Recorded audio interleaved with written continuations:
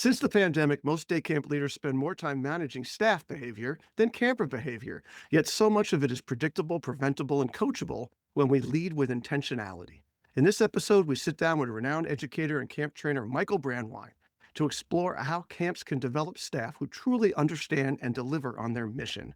Together, we dig into the systems, strategies, and mindsets behind intentional camping and how camp leaders can build cultures where staff feel supported, accountable, and set up to succeed. This is the Day Camp Pod. This is the Day Camp Pod from Go Camp Pro, bringing you the best ideas, strategies, and discussions in the day camp industry. You can find our show notes at daycamppodcast.com. The Day Camp Podcast is brought to you by CRS, Commercial Recreation Specialist, go-to source for recreation solutions that will ensure that your camp thrives. Explore their website today at CRS or Rec. CRS is very fun. Let me tell you about CampMinder, the #1 camp database in the world. Has the most robust offerings of services found anywhere. Every feature works together to create a policy system that helps your camp office run more efficiently while giving your camp families state-of-the-art communication and financial. Check out the details at campminder.com. AM Skyer is the leading insurance and strategic partner for many of the finest camps in America. AM Skyer partners with camps to provide public relations, legal, medical, behavioral support, and more. Experience the AM Skyer difference. Learn more at amskyer.com. Welcome back to the Day Camp Pod. Let's do this. All right, I'm Andy, the director of Liberty Lake in the Philly suburbs, New Jersey. I'm Sam Thompson from Crystal Lake Park District in Crystal Lake, Illinois. And I'm Jordana Grossinger. I'm the director at Camp Robin Hood in Ontario, Canada. And we can tell how many years the Day Camp Podcast has been around because we could just count Michael Brandwein's episodes because he is an annual guest on our show. And I told you last time, Michael, I had somebody come up to me and say, "Hey, Andy, pretty good. I heard you on the Michael Brandwein podcast about day camps." And I said, "So my podcast that Michael's on, but okay, yeah, whatever." I won't usurp you, I promise. No, unintentionally. But the thing is, we say Michael from Chicago, and the ACA Camp Professional Development GOAT is like the Chicago neighbor Michael Jordan in the NBA. You're the guy. Yeah, you're the Well, one that we think of. All right. And Now I'm blushing, my friend, because you're not. I think there's some federal regulation not to use my name and Michael Jordan's in the same. Michael from in the same Chicago, you're the one paragraph. that started that. So Michael, I consider you entering your like Tom Brady, LeBron James realm of, I can't believe you're still doing it to such a high level for so long. Yeah, Right? sports metaphors are very good for me. That's right. That's Well, even my athletic acumen. This is good. I'm following. Go ahead. well, This all is right, good. let me explain. When Michael Jordan got older, he played for the Washington Wizards, and he was just hot- like, he was a football, shadow right? of himself at that point. All He right. played football. But from what I see and experience, you are still consistently blowing people's minds while making camp professionals and their organizations better at what we do. So I just have a quick question of how do you continue to find the motivation and inspiration to keep doing what you do with such passion and with such depth? I keep learning. I there. All of our teachers, maybe were fake. I mean, their interest in their subject, if they had it passionately interest, originally may have gone away. I passionately believe in the mission of camp, which is we're in the growth business. We help change people. And I also believe that one of the most effective ways to teach and to lead people is to show by example. So, I'd be a jerk if I was out there doing the same thing over and over again and talking about change and talking about people growing. What kind of hypocrisy would that be? So part of it is, just part of my code is, my personal code would be, don't do things, don't tell people to do things that you aren't working on doing yourself. That's not credible. And so what I try to do is to just continue to learn. I'm always learning. It sounds like a trite or a cliche to say, "Oh, I'm always learning." If you actually ask people, really, what did you learn last week? They rapidly blink a lot. They can't really tell you. I can tell you. I can be very specific about what I learned last week and how it's going to affect what I'm going to teach in 2 weeks from now. So I just think that's really important, and it helps. it also helps to wake up in the morning like all of you do and realize we're not selling shoes here, which is not a dishonorable profession, but we really are making people different. And when you're working hard on being better at something that really changes the world, what better job, could you have than that? So, Well, people say, I don't want to retire. As long as people will involve me in supporting what they do, I want to do that till my last breath, because why else get up in the morning? well, hallelujah. Thank goodness you feel that way. So, but you haven't worked in a camp or a classroom in so long, and yet you Hey, I still was a are cabin able. counselor a couple of years ago for a brief period just to practice. Good, because I was going to say that your stuff is still it's so relevant and it's so topical of the moment. How do you learn? How do you stay on top of things? Is it books? Are you on YouTube? Like, how are you No, getting this it's information it's into your not brain? books and it's not YouTube. And there's two kinds of people in the world, say, who do music.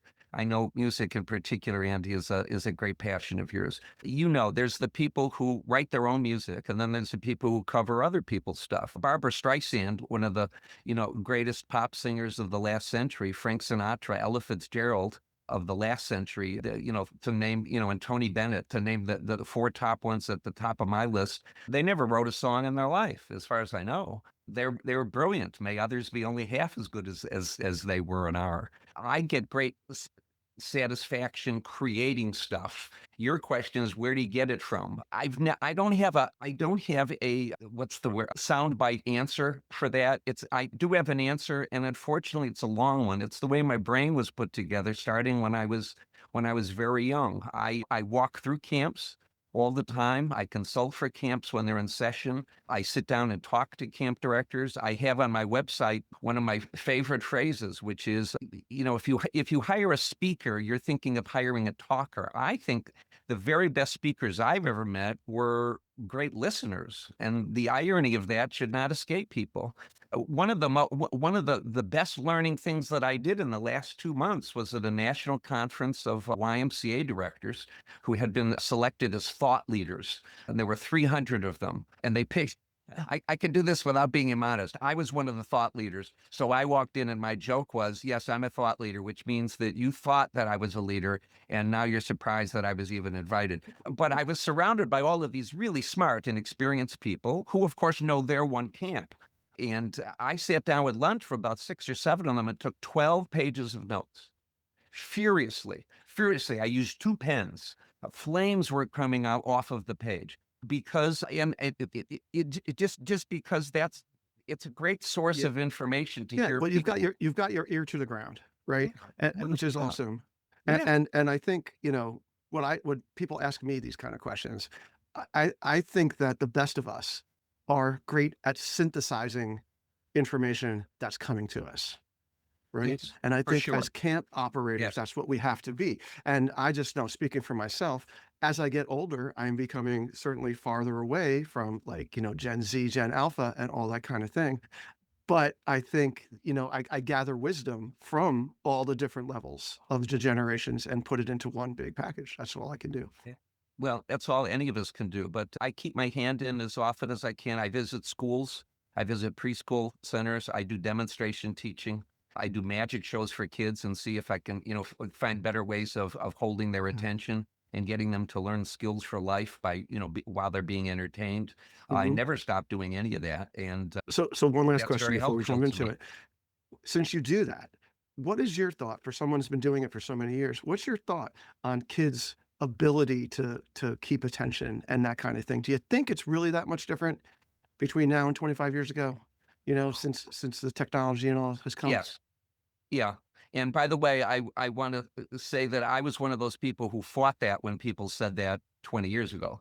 In fact, you'll find recordings of me somewhere, I'm sure, Right. or in an FBI file somewhere, where I said, don't say that kids have a short attention span. I was saying this in the 1980s because that's unfair to kids. Kids' attention span varies depending on whether or not you show them something that's worth paying attention to.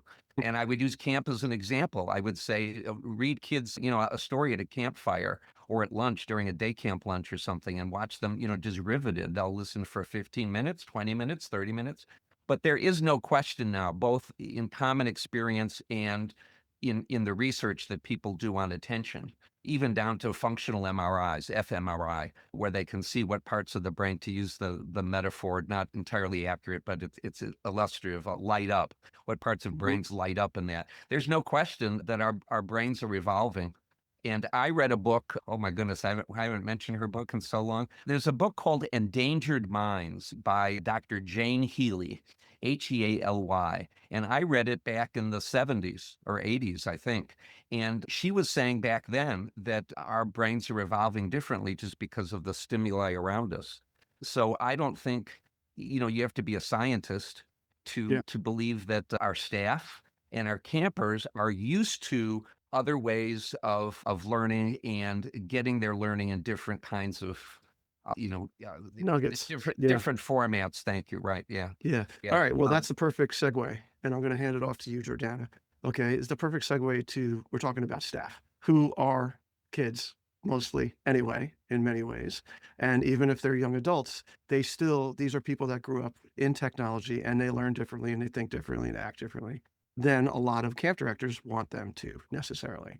So take it away, Jordana. Well, and I think just going off of what you said, Michael, like that evolution and that perspective to not be stuck in your ways and be willing to learn continuously and have not only your ear to your ground, but your full body immersed in like body and mind into what's going on, to see those changes and how we can adapt, how we can use skills that we used previously, and how we can build kind of our roster and our toolbox of those skills as well. And I know we've done a lot of talking about intentional camp and how to be more mission driven and be intentional about what we're doing to make those great campers and staff. But yeah, like Andy said, today we really want to dig into the staff piece of how we can be intentional about supervising, supporting, developing staff, and maybe how to also help us learn how to manage those staff behaviors that I know so many of our listeners are facing quite often. And maybe we can talk a little bit about a framework where you see that applies. What's the timeline for how to be really intentional about that? Well, you start interviewing. You start before you even hire somebody. I would recommend that everybody ask everyone they interview the question, what's something that you were good at and you got gooder, which is, I think, a word I made up. You were okay at skiing, you were okay at tennis, you were okay at cooking, you were okay at writing or riding a horse or whatever, but you got much better at it. And then just ask them the question, how did that happen? As they talk about that, and young folks have difficulty talking about that because this is a new question. They've never been asked that before. But right now, as you're listening to me now, what's something you got substantially better at? How did that happen? The words that'll pop in your head is, well, I practiced or whatever, but did you have a coach? Did you get feedback from anybody? Those are the words you want to bring out in the quick conversation you have with them. Then when coach and feedback come out on the table, and I use the word coach and I say, or like a teacher or a parent or a mentor, I don't just stick with the word coach. Some people will react negatively to coach, which we'll get to in a minute. And then what you do, I think, is you say at camp, you will be coached, because everybody is coached. Everybody gets feedback at camp, starting with our campers and all of our staff. And the reason is because, and I want you to know that now, prospective staff person Jordana Grossinger, is because we have at our camp a deep-seated belief that the reason we're here is to be stronger and better at lots of things as a result of the camp experience. And we think that's about staff as much as it is about campers. And that's our mission. In a word, Jordana, we're about growth. And I don't mean, we want bigger staff people. I want the staff people who could say, and I hope this would be of value to you if you come to work here, but I would want you to be able to say, I think I'm more patient at the end of this day camp summer than I was at the beginning. If you had asked me, I would say, yeah, I'm patient, especially if I wanted the job. Yes, I'm very patient, Mr. Brandwein. But I would like you privately to say to your friend, oh man, I'm 10 times more patient than I was. I can't believe how much. I would love for you to be able to say, Jordana, I'm a better listener, or I'm a little more creative, or I used to be creative, but I wasn't always organized. I had 100 ideas, so I'm really organized. Or I was very organized and anal compulsive, and that's why I'm an A student, but I was afraid to take some risks. I was afraid to, say, well, what else could we do? How could we mess this up? I would like you to be able to say at the end of the summer that these are things that were A, true about you, and B, of value to you. So we're all about growth. So the reason I'm asking you, Jordan, about, how did you get better is there are some people who get their back up a little bit, about people coming and saying, hey, did you think about this? What do you think about that? Or how did you feel about this? What would you like to try differently? Those people won't be comfortable working here. I Um, love that. well, I think, excuse me, just one second. What it yeah. does, please note, is it, of course, sets them up for the structure of, we don't expect you to know how to do this job. You'll know some parts of it, but we expect you to do what I call it OTJ, on the job. OTJ is the training that they get on the job. And I think it's really important to hire people at a day camp who have a really high OTJ factor, that they are people who can hit the ground and they can ask questions and they can listen to people's suggestions, and they don't think you can be a better leader, that better is a bad word, that means you weren't good enough or you have to be defensive about it. It doesn't mean that at all. I'm the camp director, and I hope I'll be a better camp director. And that's not just words. I really hope that this summer will be better than the summer before and that I'll be part of that. And the other thing it does is it communicates mission. It startles me how many people get interviewed and they're not told this is why we run camp. But then, my answer to that is, the last book I wrote, the Intentional Camp book, it's called The Intentional Camp. I'm proud to have made that phrase up. And I say in the book, go to camp websites just randomly and look to see if people answer my WAWH question on their website. On the front page of the website, WAWH stands for Why Are We Here? And most camps don't have the answer to that. Now, fun and exciting adventures and other stuff like that, those are taglines. I'm not saying we shouldn't have them. I'm not criticizing them at all, but that's for marketing and getting people to come to camp, at which point I smile and I hug you and I say, and why are you running camp? You're smart, you're talented. There's a lot of businesses you could run. Why are we doing this? So if staff don't get that we're committed like that to that specific mission, then we're not using camp for its greatest purpose. Now I'll shut up, but I'm sorry. I just wanted to explain why that was important. By the way, I And want to vouch. I want to vouch for Michael for in the intentional camp thing, because a lot of people say this kind of thing. It's become a catchphrase. It's become a very common thing to say. But I have been at, I don't know, Michael, how long you been going to Tri-State and ASA National for? 25, wow. 30 years. Yeah, And he's been using it for a yeah, long 30. time. Yeah. Yeah. And so I will Yeah. give him credit for coining that Well, phrase. I appreciate that. Since I do this stuff for a living, my living kind of depends on sometimes people saying, well, that's a person who thought that up. But it's more important to me that we use it. That's what's important. And staff need to know what the mission is. Just like parents ought to know what it is. And folks, this is marketable. Okay. You can distinguish your day camp from others by showing that you're in the growth business, that we're not just about activities and and all this fun stuff to do. That should be the baseline. Of course there's fun stuff to do. You want to buy a new piece of equipment? Great. But here's this, Andy, you asked, learning. I made this up a week ago. Okay. I'm just, every week, my job is to make stuff up. A week ago, you were the first people, and I know people say this, but I don't lie, that you were the first people to hear this. Otherwise, it's just been me and a piece of paper. I've been working with this metaphor that interviewing staff is kind of like interviewing them at an apple orchard. You know, the apple orchards where in October people come, and of course you can pick apples with your folks and things, but there's little rides and kiddie rides, and you can get your face painted and you can buy caramel apples and cider. You have to hire seasonal employees for that, right? So I was thinking the other day, it's kind of like hiring people and having them think that their job is to just, what would the word be? Crate the apples or make the apple cider or, run the little kiddie ride or something that you rent or paint people's faces. I want us to say to the people who work in the apple orchard, your job is to grow the apples. That's your prime job. So to a day camp person, I would say we grow great kids. Now, we have the kiddie rides and we have gaga pits and we have all of this, we have all of this fun stuff to do. But the reason for it is to grow the apples. It's to create these high quality apples. And, it's just a metaphor I've been playing with to be sure that we explain that we're not just an activity-based thing. That's not camp at its greatest power. The three of you, I'm preaching to the choir, and people who listen to this great podcast, which I follow as well as having the honor to be on. You know this. That's why you're listening to a podcast and not just, looking at a new thing to buy for your camp. Those are good and they're valuable. But what are we growing?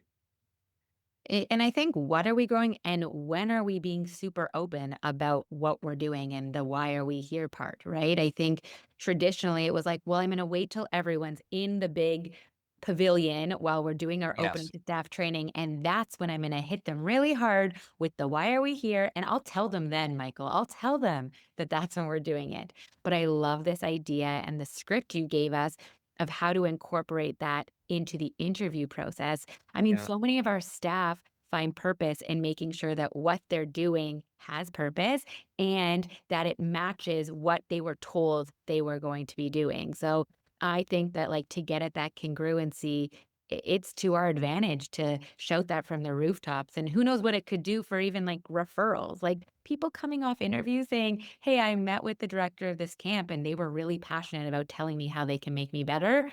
Hopefully that's just gonna like continue the word of mouth about those wonderful things that we actually do at camp and brings us joy to talk and talk and talk about. So let's do it in all those interviews we have. Yeah. Yeah, you're so right. If you read the research and articles and things about what keeps employees on the job, believing you make a difference, believing that you're not interchangeable, believing that you have a voice, that the way the operation is run has something to do with your suggestions or your input, your opinion. The key word that always comes up is valued. I feel valued as an employee. Well, how do you feel valued?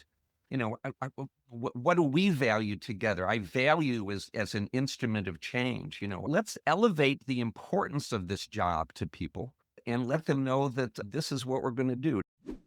The Day Camp Podcast is brought to you by CRS, Commercial Recreation Specialist, your go-to resource for the latest programming and recreation solutions to help your campers thrive. Check out the all-new Water Tag, where campers suit up in special vests to blast away with high-powered water launchers for the ultimate splash battle. Rev up the fun with new Pump Tracks, a modular, easy-to-install bike course that brings the need for speed to any camp setting. And when it's time to cool down, Flex Shade delivers stylish, innovative shade with maximum coverage and minimal impact on your site. CRS offers prefabricated cabins, pavilions, and restroom buildings, everything you need to create a better camper experience. For more info, visit crs4rec.com. That's CRS, the number 4, RECK.com. CRS is serious about fun. For over 100 years, summer camps have been an integral part of the AM Skyer world. Today, AM Skyer is a strategic partner for summer camps across the country, building personal relationships and providing valuable resources to their clients and friends. Every day, AM Skyer is proud to support camps and help make them safer. AM Skyer was founded by Abe Skyer in 1920 and is now in the third generation of Skyer family leadership. Henry, Jeffrey, Amy, and the experienced AM Skyer staff eat, sleep, and breathe summer camp, in addition to fostering partnerships with camps that last for decades. Give AM Skyer the opportunity to find solutions for your most challenging insurance needs. They go above and beyond. Trust me, I know. Learn more at amskyer.com. Now, to get back to the staff behavior management thing, what this says is that we have coaches. You don't have to use that word, but I'll give you a trick that I made up years ago, and it works really, really well. I won't waste your time with the things I made up years ago that don't work. But this one is a winner. You can say to people, have you ever watched the Olympics? The finest swimmer, the finest gymnast in the world, and you can mention the current ones, and you can say to them, do they have coaches? The answer is yes. And then you could say, do some of them have multiple coaches? I then answer my own question. The answer to that one is yes, too. And they're pretty well paid, okay, by somebody. And then I say, is it also true that some of the coaches can't do the Olympic stuff as well as their athlete? The answer to that is yes. Okay, so why does Simone need a gymnastic coach? Why? The reason is because we all benefit from feedback outside of our own head. Even the best people on the planet at what they do, the best, there's never been anyone as good.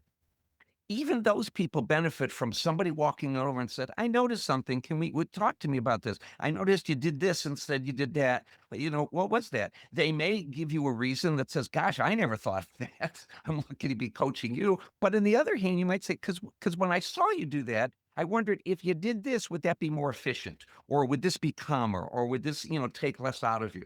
So when I get resistance from someone, because sometimes we interview people who have had experience, and sometimes you have to coach people who are a teacher at the local school, and they're older than the supervisor who's doing the coaching. I love the Olympic metaphor because it takes the defensiveness away. If am I pronouncing it right? Simone Biles, the gymnast. If Simone Biles can have coaches, then what's your problem?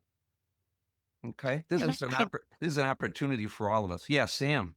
I think too, when you're doing the interview, it's good to throw out the good and the bad of, all of the things they're going to be facing that summer, because you don't want them coming in with false expectations, because you're not Yes. going to get anywhere then. Yes. Right. Yeah. Yeah. It's so true. We don't want them surprised that people are going to come by sometimes a couple times a day and talk to you about what you do at the Gaga pit, and that I don't want you to be defensive about that. We're always talking about stuff like that. How can we make this more exciting and fun? And most importantly, how do we make it about the mission? Most importantly, how many people out of 100 use a Gaga pit to accomplish a youth development mission? If you went up to somebody at the Gaga pit and said, quick, here's $20, tell me what the youth development mission is at the Gaga pit. You'd keep that $20 and I could buy, an ice cream cone for Not my at Liberty three Lake, kids. Michael. Not at Liberty Lake. They No, would right. all jump. They would all jump in and Tell them say why. integrity. They would say integrity Yeah, because right. And then we would say, how does somebody learn integrity? Can we keep going with this for a Yeah. moment? How Yeah, does sure. somebody learn integrity at a Gaga pit? Well, they If I'm a display staff it person, how do I do that? How do I grow that at Gaga? with the kids, right? Yeah. By getting kids to do the right thing when they get out, to be honest and Yes. and Right. take themselves out. Yeah. Yeah. Or somebody says, "Hey, that hit you in the foot," actually Yeah. saying, "Okay," and not arguing and that kind of thing. So Right. it's sort of seeing it modeled is how they learn Right. from Right. that. And And celebrating that kid that does that. I think that's That's right. important. That's right. And using my laser beam technique, which is from the Growing Great Qualities in Kids book, the one before this, pardon my footnoting. But what we do is we don't just say well done or good job or awesome. What we say is you were honest about that, or you said you were hit before anybody said that. That's what that's called. And then pause. DLP, and baby. look her- That's my yeah, DLP. right. Describe, label, and praise it. And then look that girl in the eye and then say, do you know what that's called? It means you're an honest person. That's the whole reason to come Gaga for a half an hour. Just that one sentence to that one girl, which other kids also overhear. But if staff aren't trained to notice that's happening, then why do Gaga? To me, the only reason to do Gaga is, I don't know what made me think of Gaga, but the only reason to do Gaga is to teach kids how to argue with each other. That's the only reason it's for, because it's just a bunch of arguing. And if you can teach them to listen, and to each person, or to take a turn, you were out, well, tell me why you think it would change the world if people could come out of that. It doesn't take any of the fun away from it. It really doesn't. But our staff need to know why we have that pit there in the first place. Yeah, They need to know absolutely. why we're making friendship bracelets. They need to know why we are doing a climbing wall or have ropes or low challenges. They need to know what that's for. So, right, Jordana starts right in the interview. Right in They the need to interview. know we're a different place, and that's what you're hired for. We'll help you do it. We don't expect you coming in knowing how to develop integrity at Andy's camp. How would you know that? But that's what we have staff training for. And staff training is not just before the kids come. I would tell them, I mean, you can use my vocabulary, you don't have to, but some of our listeners will know I have SD1 and SD2. SD1 is the training we do before campers arrive, and SD2 is the training we do after they arrive. SD stands for staff development. And I would tell anybody coming saying, we're always in training. We're always in training. And the best part of that training is getting a chance to watch other people and see what they do. I like telling day camp people You know how much I love day camp. One of the reasons I tell the day camp people, the cool thing about day camp, no offense to resident camp, but resident camp, you can spread out. You can be for hours, not see another group with their counselor. At day camp, that's less likely. It depends, of course, on your facility. But the great advantage I had as a day camp counselor was that I could watch Randy Brown all the time. She was the best day camp counselor I ever saw. And everywhere I went, she was maybe 50, 100 yards away. And I could watch how she kept her kids together, how she huddled with the kids, in between activities, talking to them about what they thought or what they learned. I didn't know that. They didn't have enough time in training to teach me that, but being able to see it and having people come up and talk to me about it, that's one of the best things about a day camp to exploit. Well, and that's why I love this OTJ. And I think that it doesn't come natural to our staff to be looking at those Randys of the camp, right? And to be paying Yes. attention to those things. So the more we can be explicit about that is amazing. And I think this is a good transition. So, like, from the interview, can we talk about that SD1? Like, how do we really grow staff in the training that happens before the campers arrive? Well, let me preface this by saying, Yeah. Michael, so I had an amazing staff person that worked with us a couple summers ago. Yeah. He was just such a natural and never had worked at a camp before in his life. And he said, I was going to be honest with you, Andy. I probably remembered about 10% of what you guys taught us before the camp started in training. I'm just going to be honest with you. Yeah. Yeah. It's so much to absorb at one time Yeah. It that, is. that you have to It- practice it. Yeah. It has to be reinforced. And next year we're going for 12%, Pritikin. Incremental. Call me. We're going for the Big 12 this year. I tell you, that's right. Yeah. Well, you understand the point, right? We front load people. And in a way, it's more important that it's the why we are here and like that everything they're doing is for a reason. If you can teach that, that's more important than where the balls go after Gaga's over.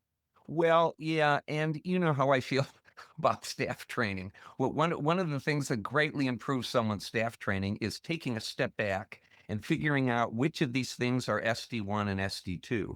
I even suggest when I do workshops or seminars for people on how to boost their staff training, I suggest that they take the things that they want people to be able to do and put it on file cards, each one on a separate file card, and then color code the file card with a sticker. So, for example, all the ones with green stickers might be ones that I got to be sure that they know and can do this efficiently before the kids get here. And then there's things that, may have a blue sticker. These are more advanced things. If I can get some of these in, I want to. But otherwise, I have to find some ways after the kids are there to continue the training. At day camp, the four of us have talked about this. I'm sure I've talked about it on the podcast about how, the problems with SD1 and how you keep the training going after the kids are there. I feel people give too many excuses to, well, once the kids are there, there's no way, and you can't have staff stay after, and you can't.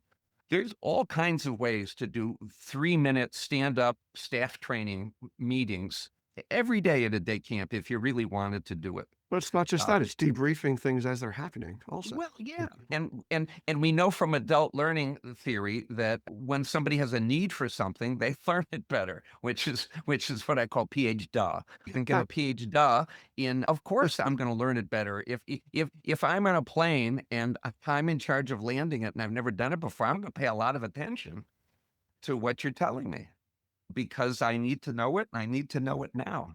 That's why sometimes when people say, well, when should I have you come do training? They always think, May, June.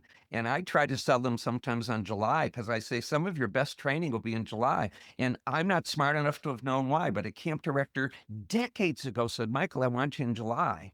And I said, why? And he said, because this is a great quote. He said, because, quote, then their questions are no longer hypothetical, unquote. That just whipped my head back. That was just brilliant. They don't say, it's not Sam saying, well, what if I have a shy kid in my group? Or Jordan is saying, what if somebody picks on another kid in the group? It's the second week of camp, and that's exactly what's happening. And so now they lean forward and they really want to know. Now the question is, what if you tell them and then they don't do it? Or they yell. Now you see how I moved us cleverly back to these staff behavior management topic? Ooh la la, yes. Great question. Jordana, you asked about staff training and SD1. There's hours of stuff to talk about here. One key thing is credibility. In order to be good at handling the behavior of everyone, you have to be credible. So the same thing's true when we handle the behavior of our staff. Credibility is really important. So it isn't fair. It's really challenging. But unfortunately, in addition to cramming all of this great teaching into staff training, we also have to follow what I have mentioned on the podcast before, which is from the very first book I wrote, PDP. The PDP is my pass down principle. The pass down principle says that the way we train staff ends up being the way they turn around and work with their kids. It's a model of how they do that. So how do we apply that in this podcast? Well, we have to be sure that we react to staff undesired behavior during training the way we want them to react to their kids when their kids don't meet expectations after the children arrive.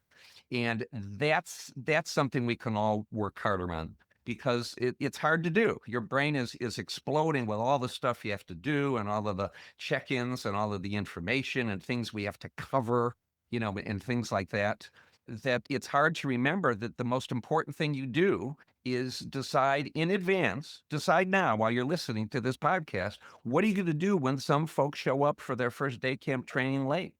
How are you going to handle that? What are you going to do when you tell them in the morning you must have a name tag? Let's say you have 2 days for training, and the second day they don't come with their name tag that you beautifully crafted, bought from one of the wonderful vendors, and it looks like it's wood etched and stuff, and it's beautiful. They'll keep it forever. It'll be a little notion at their wedding, and they're not wearing it because they forgot it, because they're human. But what are you going to do at that moment? Now, we told them you must wear a name tag, but then they show up and they're not wearing a name tag because, again, it's a mistake. They didn't, they probably didn't do it deliberately in your face. But how are we going to handle that? Because to me, resolving these things and having credibility during training about stuff like that really affects our credibility when the campers arrive, because we tell them, for example, you can't have your campers near this road because supply trucks and stuff come in on this day camp entry road. So be sure that you don't have your campers do it. This is not a look both ways and then you can have them make a shortcut across. This is just a hard and fast rule. We don't approach the road. And, we just don't do it. And you have to follow that rule. Now, will they follow that rule? I don't know.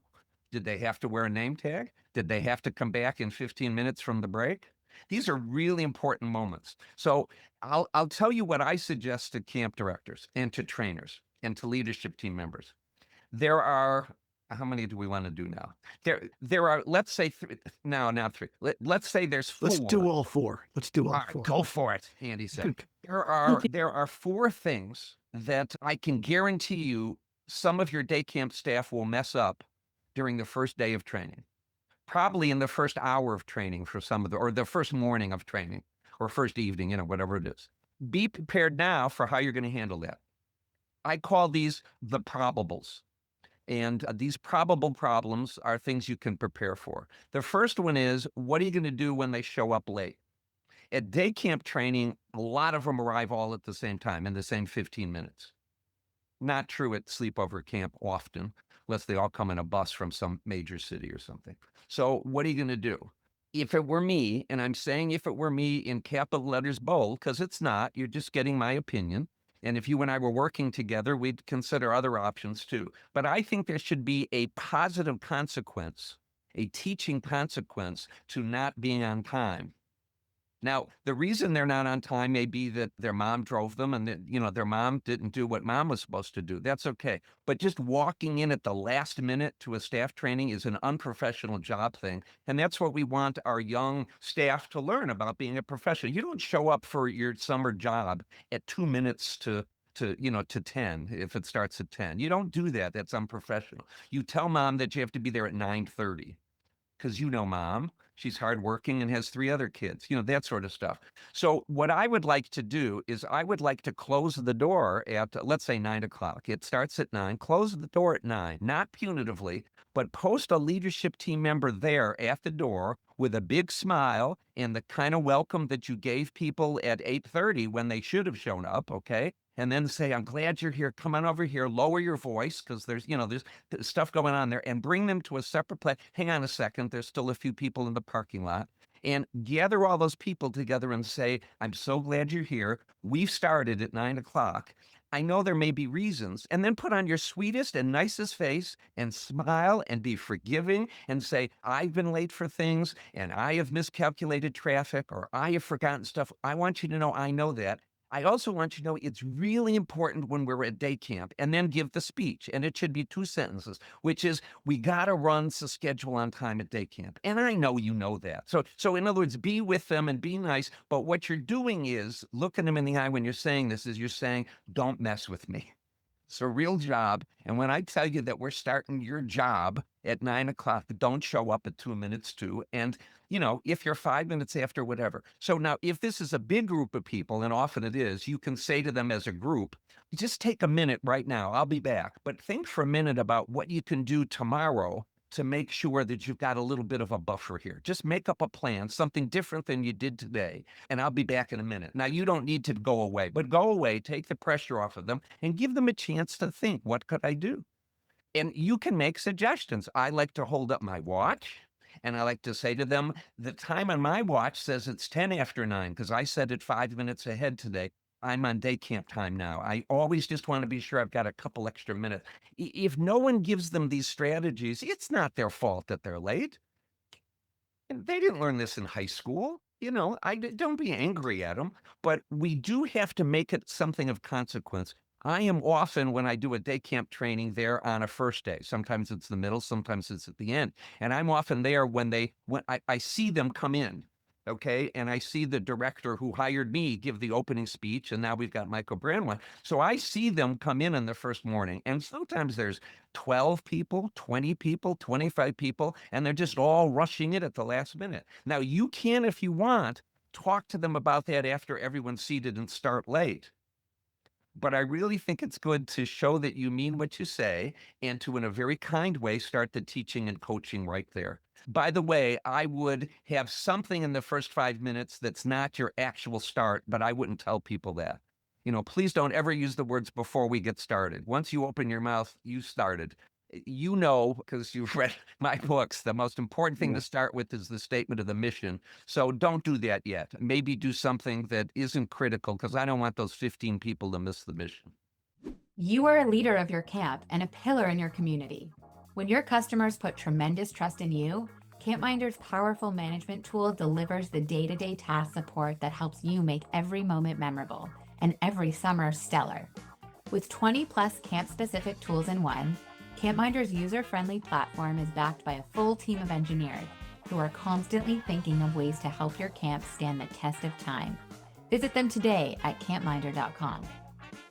I think this is so realistic. Like, this is taking me back to pre-camp training of this year, right? We had that situation, and I think that they're going to remember that so much more than they're going to remember how we teach them to talk to a camper that way. They're going to remember how it made them feel, right, in that moment.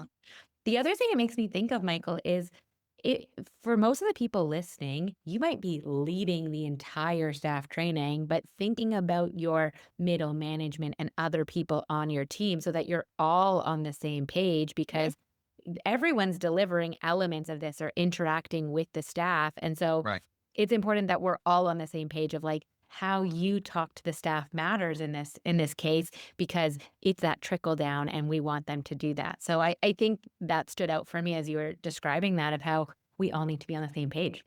Yeah, no, you're absolutely right. And it can be a leadership team member of any degree of experience who meets these clusters of people as they show up. It shouldn't be the director. The director should be in there at the beginning at 9 o'clock. It's not the director standing there. It might be a program director or somebody else. It can be a team of 2 people if they're afraid of facing but just at least think about it. The second probable is the name tag thing. And, time doesn't permit going through, I can give you the things I do for each of these, but the name tag thing is just, think about how you want to handle that. I will tell you that I don't solve it for them. So what I do is I walk up to Andy. He's in the 4th row in the aisle. And during a break where they're all getting a partner, I say, Andy, you're getting your partner? Excellent. I see you don't have a name tag there. How do we solve that? Don't say, Andy, you got to get a name tag, buddy. You always got to wear a name tag. And then his next sentence will be the excuse. which is fine. He forgot it. I forget stuff all the time. I will in the training that morning as the trainer forget some stuff. That's okay. But I don't want to solve the name tag for him. I want him to get used to our staff using the phrase, how do we solve that? What can we do? What are our options here? Because I want PDP, passed down principle. I want staff to hear that and use that with their kids every hour. When kids say so-and-so's bothering me, when kids say I can't find my water bottle, well, maybe you left it on the bus. Go back and run on there. I'll wait for you. Please don't do that. That's why kids don't know how to solve problems. Take a breath and say, you're missing your water bottle. Okay, high five. You are the only person on planet Earth to have ever done that. That and about 8 billion other people. So what can you and the other 8 billion do? Make a joke out of it, but ask them, so what do we do when we can't find our water bottle? What's a good choice? Be prepared for them to shrug. Let's do that one now, okay? Now Andy says, well, I don't know what to do about the name tag.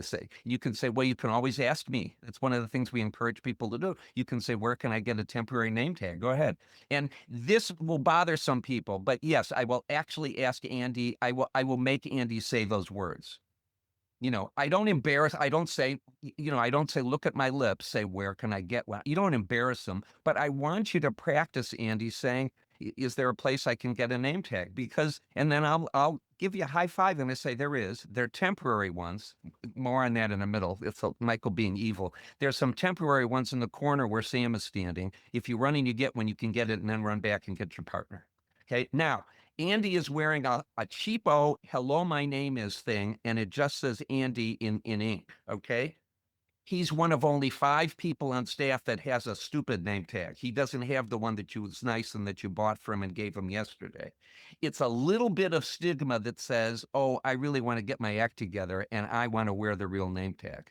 I don't want to have a temporary one. So it's a little consequence. It's not horrible, but it enforces what you said. I'm not going to stand in front of your staff and say you must wear a name tag at all times and then allow some of them not to wear a name tag or just bring it tomorrow. Then why was I saying you have to wear it at all times? Apparently that isn't true.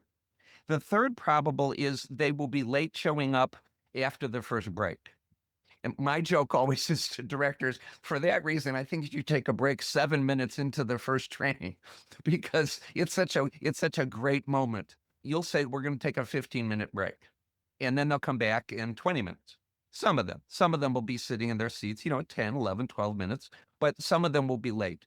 I don't think we should stand outside and holler at them. I actually think I build in an extra 5 minutes so that they kind of wander in. Once is enough and say, everybody, we're going to start now, please. It's what did we say? We're starting at 9. It's 10:30. Everyone, please come on back in. And then they sit down. And then with a big smile, you greet them. And then you say something like this. You say, so, a big smile, big smile. No, I'm disappointed in you. Big smile. You say, welcome back, everyone. We learned in the first session that blah, blah, blah, blah, blah, and blah, blah, blah, blah, blah. And we can use that every day. Now, our goal was, notice you don't start with this, okay? Start with refreshing what you did. There was a reason for us sitting here. Now, the second thing you do is you say, now, our goal was, put your camp voice on. Our goal was to get started at 10:30 to keep us on schedule for lunch, etc. It's about 10:36 right now. And did we accomplish the goal? Now, I'm going to say it the wrong way. Did we accomplish the goal? No. It's, did we accomplish the goal? Answer your own question and say, no, we didn't. So we're going to do what we do with our campers when they don't meet an expectation that we have. So what we're going to do is take another break right now. Now, watch their faces it's gorgeous. They look at you like you're a maniac. You say, we're going to take another break and we're going to start at 10:40 or 10:39 or tell whatever. We're going to start at 10:40. We'll give you a 1-minute heads up. Everyone stand up. No, really, everybody stand up. No one will do it. Everybody really stand up because they think you're kidding. Everybody stand up. We're going to take a few more minutes break. And then at 10:39, we'll let you know so that everyone's in their seat at 10:40. Okay, we can do this. We've got this. And then walk away. Now, I would prepare your leadership team that this is what you're going to do because this is one of the things that we prepared for months before they ever get there. And then at 10:39, say we got 1 more minute. Just say it once outside the room so people, and then they all come in and they will all be in their seats. And as soon as they do, they say, our goal was 10:40. It is exactly 10:40. We did it.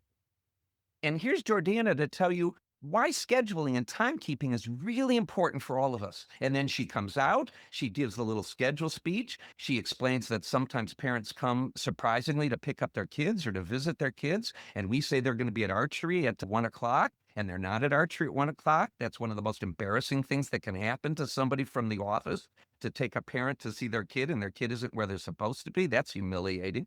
So, no teenager would know that. They've never worked in a business like that. So you just tell them that. Your speech, Jordana, is just 4 minutes, 4 minutes, whatever. We get you out of there and then we move. But what it says is, don't mess with me. Okay. And it gives the model to them. When your kids mess up, the most important thing you do is to figure out what's wrong and get them to practice, if possibly, immediately about what the better choice is. So if somebody calls you a stupid head, I'm cleaning this up, of course, and I call Stan, well, you're a bigger stupid head. The goal here is to say, Michael, you're angry at Sam. That's okay. But if you're angry at her, you have to say, I'm angry, or I don't like that. Let's practice that. Say that. And this 10-year-old will say, I don't like that, or I don't like. Good. That's how you tell Sam what you feel. An immediate practice of that is important. And so that's what I'm modeling when I do that in training. And that's, I don't know, that's 3 of them. You want the 4th one, Andy? We want fourth the fourth one. I absolutely guarantee you that your staff are going to talk while you're talking. And when I say you, I mean whoever the person is up Right. front. Okay. So Tanisha's up front. She's explaining something and people are talking while Tanisha's talking. Now, I've had decades to figure out what the best response is to this, because people talk when I'm talking all the time when I visit camps. Plus, I'm not their boss, so I get even more of that. So I've got a really good laboratory to study this, because I can't do anything, quote, to them.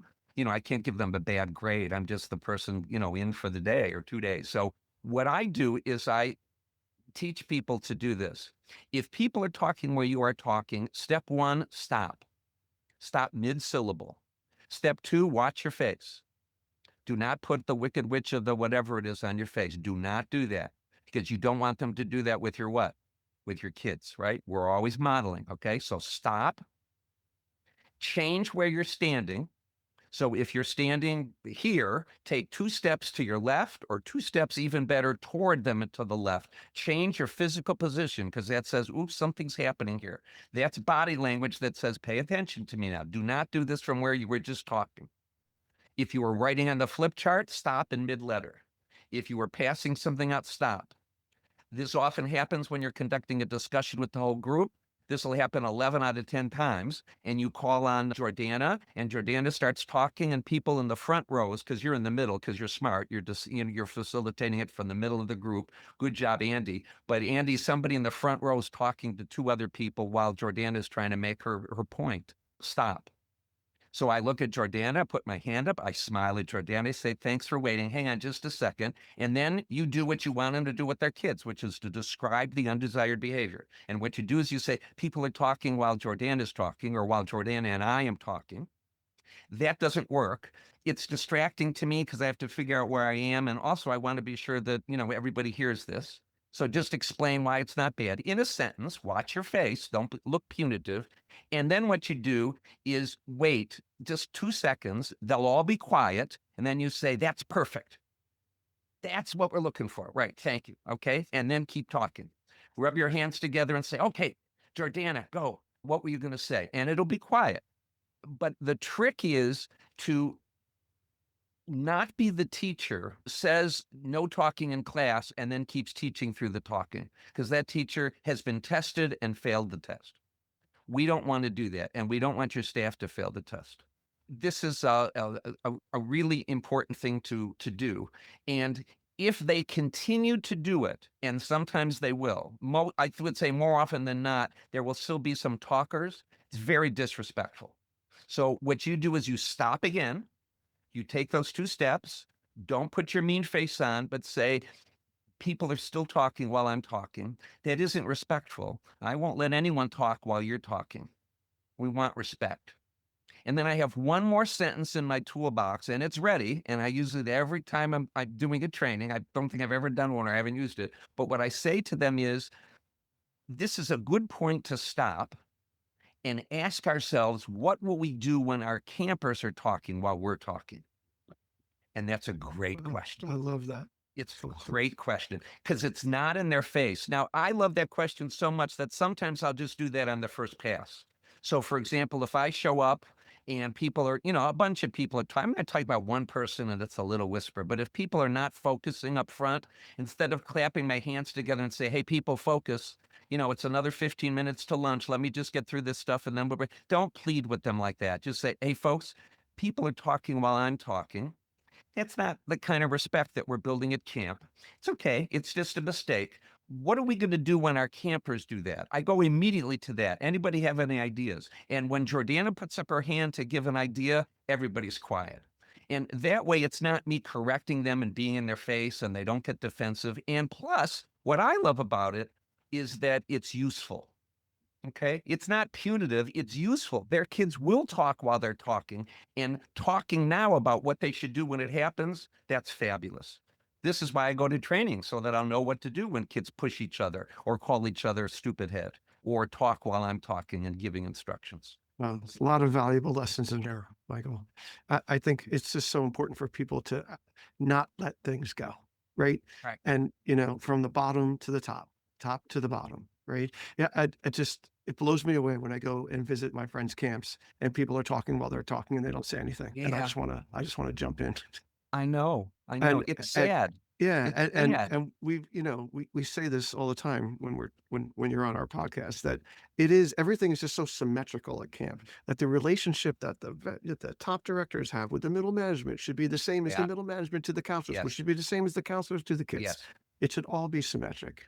Yes. Everybody should be on the same page. We should all be here for the right reasons, and we all need to be modeling for each other, because And that's that really becomes your that's really the culture.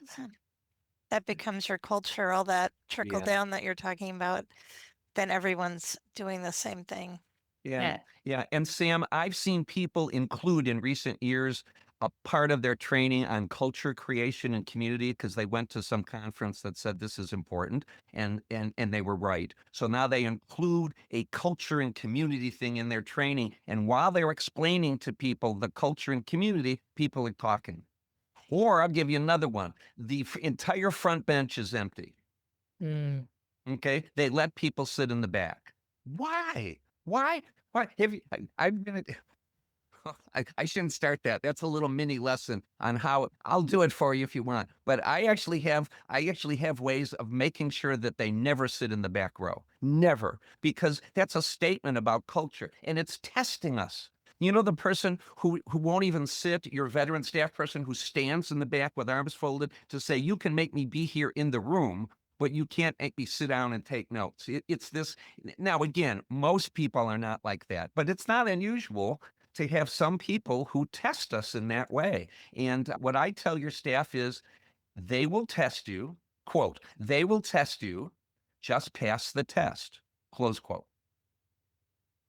Your kids will test you, pass the test. Your staff will test you, pass And all the this test. testing that they're doing, it's all just human stuff. It's stuff It's that just it's- humans do, right?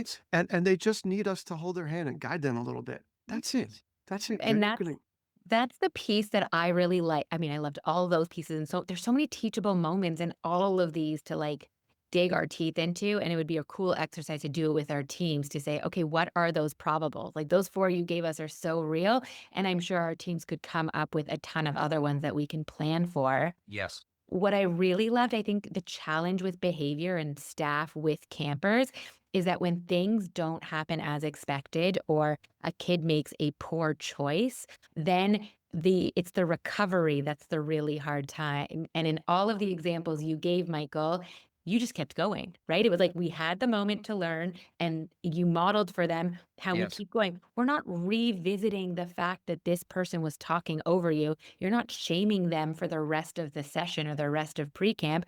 We deal with it, we give them an opportunity to learn, and then we model how to keep going and to maintain that relationship, because I found that it's so hard for staff to get over things. Like Andy, you were saying about we shouldn't let things go, but then people are kind of internalizing it and having a really hard time to remember that they're just a person or a camper who's trying. Yeah. And you're hearing from your colleagues, I know, I hear it, that sometimes when you stop people and say you're not wearing a name tag, that quote, some people will burst into tears. That when you start talking to this generation of staff, close unquote, that, some of them get very upset at getting feedback. They get very defensive. Not everyone, but there's more of that reported now than ever before in my career, to be sure. I mean, I should stop here and say, do you agree with that? Have you found this in past summers, that even giving feedback is more uncomfortable for some people? Or I've had people say right to my face, "You're triggering me." Yeah, I think that's a fear for so many Yeah. leaders. Yeah, yeah. Well, I think they're also just not used to it either. Yeah, exactly, Andy. I think you're right, and I think that when you're not used to it, it makes you tense and nervous. Which is why, to circle back, we should tell them when we're interviewing them before Yeah. campers arrive. We should just let them know this is normal. That's why I think these moments of inadequate or undesirable behavior in training is a great time to show them we run a tight, fun ship here.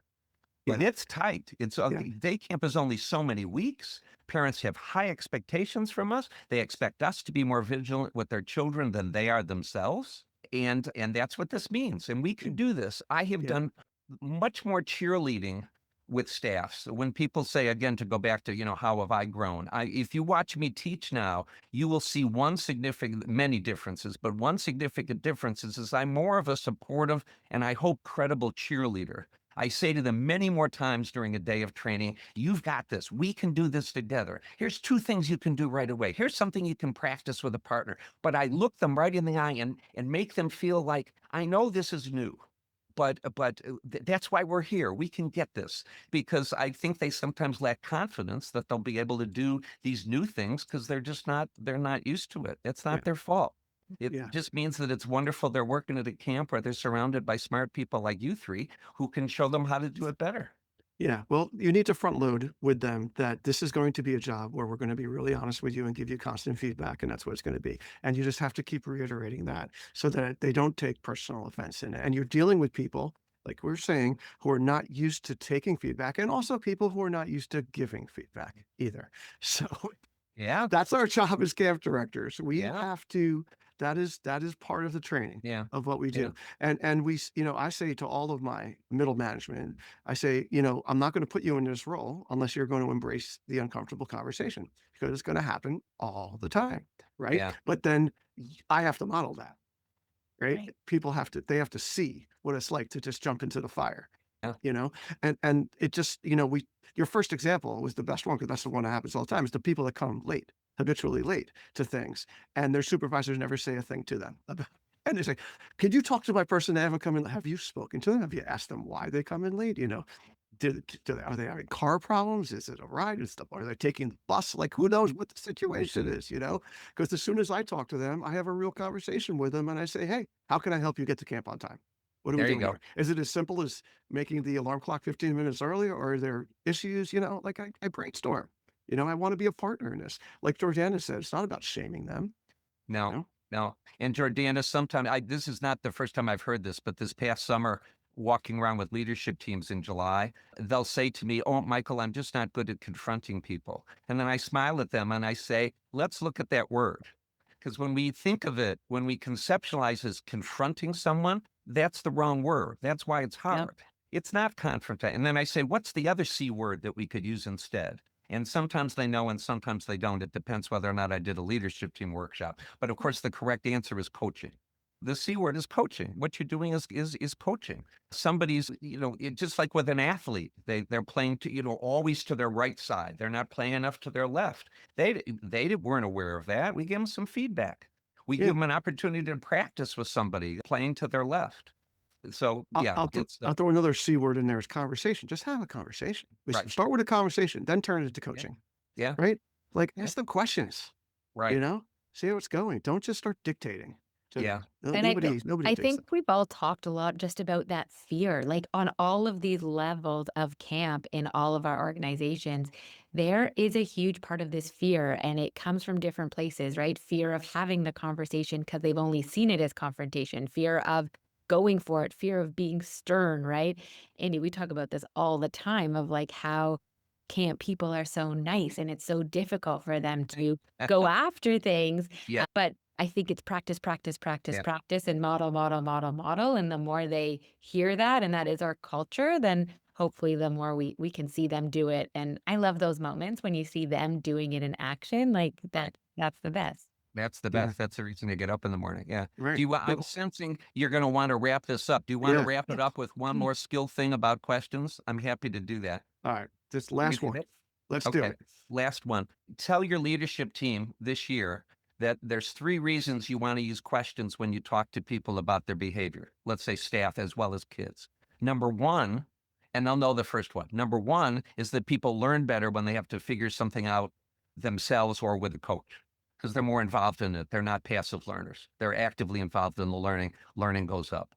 Number 2, they're more likely to own the solution because it was something they arrived at with another person and it wasn't just imposed on them.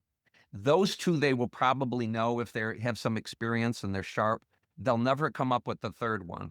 The third one is it models how to ask questions for purposes of self-evaluation and redirection, which is what you want them to do themselves when you're not looking over their shoulder. So, for example, if you go up to Sam and say, Sam, this isn't safe. And if you go up to Sam and say, Sam, how do we evaluate whether this is safe? That's better. And she'll own it and she'll better understand it. She'll talk it through with you. The real reason I use a question is so that tomorrow, when Sam does something that may or may not be safe, she hears my voice in her head and she says, how do I know whether or not this is safe? And now I can retire.